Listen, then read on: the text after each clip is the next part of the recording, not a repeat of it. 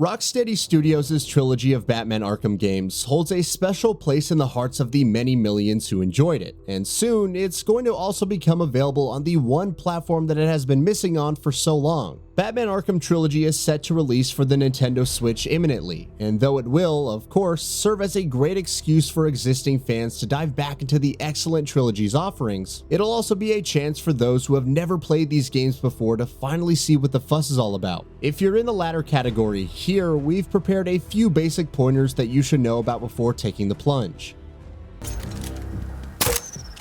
Now I just need to give them a little motivation to lead me back to their hideout. What did you forget? Batman Arkham Asylum, the one that started it all. Batman Arkham Asylum launched at a time when no one expected much from a Batman game, a superhero game, or a licensed game, but it proved all doubters thoroughly wrong. Arkham Asylum is the only game in the series that isn't open world, instead adopting more of a Metroidvania-esque structure, and it's still an absolute masterpiece. Joker was right. He's here!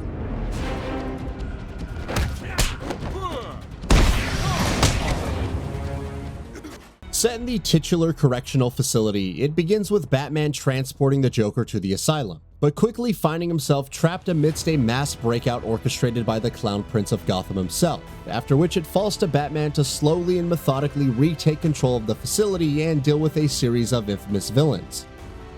Batman Arkham City.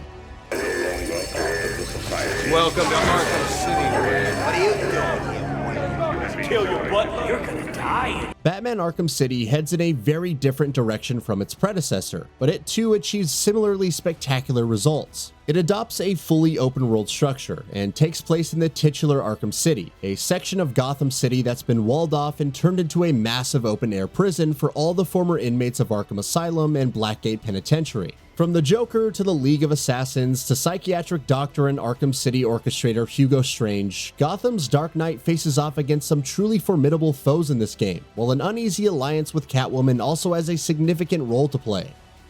Batman Arkham Knight. Find it.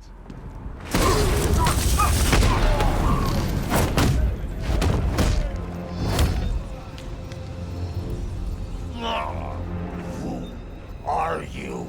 Batman Arkham Knight continues the trilogy's trend of expanding its scope with each new entry. Instead of just a section of Gotham City, Arkham Knight covers the expanse of its entirety. Set 9 months after the events of Arkham City, it kicks off with a devastating attack on Gotham by Scarecrow on Halloween night. With deadly bombs and strains of his fear toxins spread throughout the city, all of its 6 million inhabitants are evacuated, and Batman is left behind to clean up the mess, with criminals and supervillains running riot across what's left of Gotham. In addition to Scarecrow, the Joker once again has a major role to play, though not as a traditional, conventional, straightforward villain, while Batman also locks horns with a new villain in the form of the titular Arkham Knight. If you have familiarity with Batman lore though, you're probably going to be painfully aware of his supposedly mysterious identity right off the bat. Combat. One of the Arkham series' biggest defining characteristics is its combat, which is evident in the fact that its rhythm-esque brawler-style mechanics have been aped endlessly in countless games since Arkham Asylum. Punching enemies is your primary verb in Arkham's combat, but just as important is paying attention to visual cues that appear over enemies as they're about to attack you, which is your cue to counter. The constant back and forth between attacking and countering creates an almost rhythmic flavor for every combat encounter, while of course things also grow increasingly complex throughout the series when additional elements are sprinkled in, like enemies wielding firearms, shields, knives, and much more. Stealth.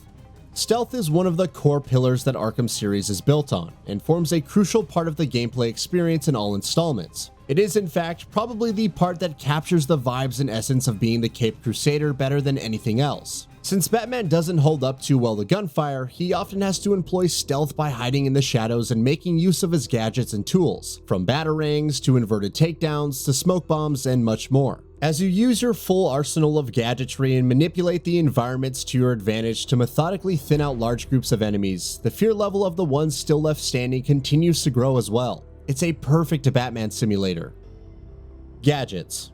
Speaking of gadgets, as you'd expect from Batman games, the Arkham Trilogy makes Batman's famous toolset a crucial component of the gameplay. Throughout the trilogy, in addition to batarangs and remote-controlled batarangs, you also have the grapnel gun, more on that in a bit, the line launcher, which lets you grapnel across large distances, explosive gel, which lets you blast through weak walls and floors, shot gloves, smoke bombs, the bat claw, and much more, each boasting unique uses across combat, stealth, traversal, and exploration. Meanwhile, Batman also constantly has access to detective vision, which highlights enemies, hiding spots, and points of interest in environments, and more. Traversal. The importance of traversal in the core gameplay loop increases progressively throughout the course of the Arkham Trilogy. With Arkham City being an open world unlike its predecessor, it places way more focus on navigation and traversal mechanics, which is where the grapnel comes in, allowing Batman to latch onto distant ledges and buildings and pull himself toward them. Combined with his gliding abilities, thanks to his cape, and the dive bomb mechanic, traversal in the Arkham games end up placing a great deal of emphasis on momentum and aerial movement. Meanwhile, Arkham Knight also introduces the Batmobile, which is effectively a ridiculously fast tank that you could drive throughout the entirety of Gotham City. No Arkham Origins. Rocksteady's Arkham Trilogy is obviously the meat and potatoes of the franchise, but there's more beyond its horizons as well. For instance, between Arkham City and Arkham Knight, we also got Arkham Origins, a open-world prequel to the trilogy developed by WB Games Montreal. It was obviously developed as a standalone spin-off to keep players happy until the series' next flagship installment came out, but as those who've played it will tell you, it too was an excellent game that shouldn't be missed. Sadly, as its name implies, Arkham Trilogy on the Switch is not going to include Arkham Origins, which remains stuck on PS3, Xbox 360, and Wii U, a decade on from its launch. At least you could play it on PC though. What's included?